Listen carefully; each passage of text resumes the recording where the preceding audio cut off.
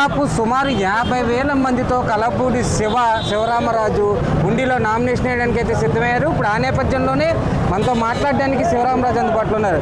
Sir చెప్పండి, ఒక స్వతంత్ర అభ్యర్థిగా దాదాపు ఒక 50,000 మందితో మీరు నామినేషన్ ఇస్తూ మీ బల ప్రదర్శన అయితే ఏదైతే చేస్తున్నారో ఏ విధంగా చూడొచ్చు, రేపొద్దున ఇంకా ఏ విధంగా చూడొచ్చు?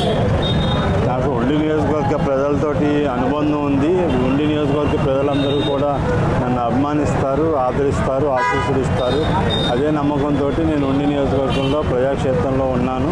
ఈరోజు ఎన్నికల ప్రక్రియలో భాగంగా నామినేషన్ వేస్తున్నాను. నామినేషన్కి మద్దతు పలకటానికి అన్ని గ్రామాల నుంచి కూడా వేలాదిగా తరలి వచ్చి నాకు ఆశీస్సులు ఇవ్వడానికి ముందుకు వచ్చారు.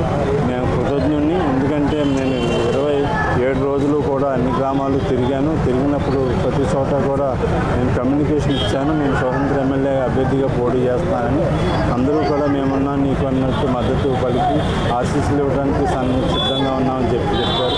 అదే రీతిలో ఈరోజు నిన్న సాయంత్రమే మేము కమ్యూనికేషన్ ఇచ్చాము. ఈరోజు నామినేషన్ వేస్తున్నామని దానికి ప్రతి గ్రామం నుంచి కూడా రైట్ సార్, మీరు ఒక ఎక్స్ ఎమ్మెల్యే, టీడీపీకి ఎక్స్ ఎమ్మెల్యే, అదేవిధంగా నర్సాపురం టీడీపీ దాని ద్వారా కూడా మీరు ఎంపికను చేసి చాలా స్వల్ప ఓట్లతో కూడా ఓడిపోవడం కూడా జరిగింది.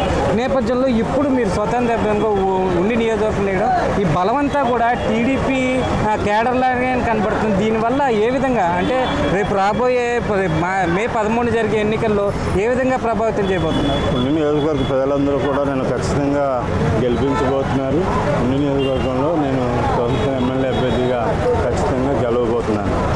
రైట్ సార్, కొంతమంది అనేది ఏంటంటే ఇప్పుడు త్రిబుల్-ఆర్కి ఇప్పుడు మీరు ఎవరికైతే టికెట్ రాకుండా మీకు రావాలని కోరుకున్నారో అతను కూడా టికెట్ తీసి త్రిబుల్-ఆర్కి టికెట్ అయితే ఇవ్వడం అయితే కూడా జరిగింది. ఈ నేపథ్యంలో 2 రోజుల క్రితం కూడా భారీ ఎత్తున ఆయన కూడా నామినేషన్ వేసి ముందుకెళ్తున్నారు.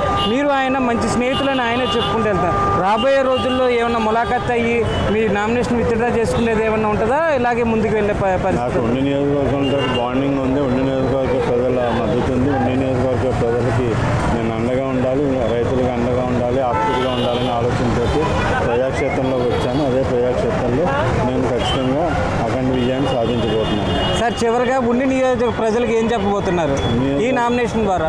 నియోజకవర్గ ప్రజలందరికీ కూడా తెలుసు. వాళ్ళందరూ కూడా నాకు అభిమానంతో ఈరోజు ఆశీస్సులు ఇవ్వడానికి, నామినేషన్ వేయడానికి అందరూ కూడా వచ్చారు.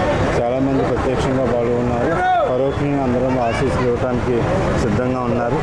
ఖచ్చితంగా నియోజకవర్గ ప్రజలు నన్ను ఆదరించి, అభిమానించి ఆశీస్సులు ఇస్తారు. వాళ్ళ ఆదరణకు, ఆశీస్సులకు కృతజ్ఞతగా నేను ఖచ్చితంగా గెలిచి పనిచేస్తాను. మొత్తాన్ని చూసుకుంటే ఉండి నియోజక ప్రజలందరూ కూడా శివరామరాజుకే వెనకే ఉన్నారని చెప్పి ఈ నామినేషన్ ద్వారా కూడా మనకు తెలిసే పరిస్థితి అయితే ఉంది. రాబోయే మే 13 ఎన్నికల్లో ఉండి నియోజకవర్గం నుంచి శివరామరాజు ఇండిపెండెంట్ అభ్యర్థిగా పోటీ చేస్తున్నారని చెప్పి మరోసారి బహిర్గతమయ్యే పరిస్థితి అయితే ఉంది.